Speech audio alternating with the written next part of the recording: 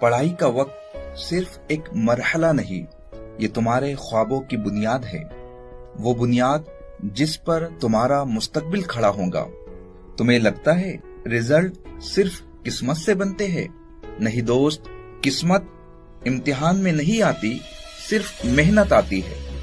قسمت ان کی ہوتی ہے جو دن کا سکون اور رات کی نیند قربان کرتے ہیں۔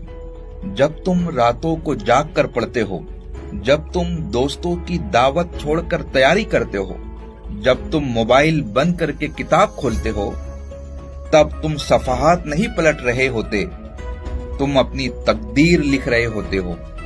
ہر بار جب تم ہارنے کا خیال دل سے ہٹا کر ایک چیپٹر اور ایک باب پڑھتے ہو تو تم خود کو کامیابی کے قریب لے جا رہے ہوتے ہو۔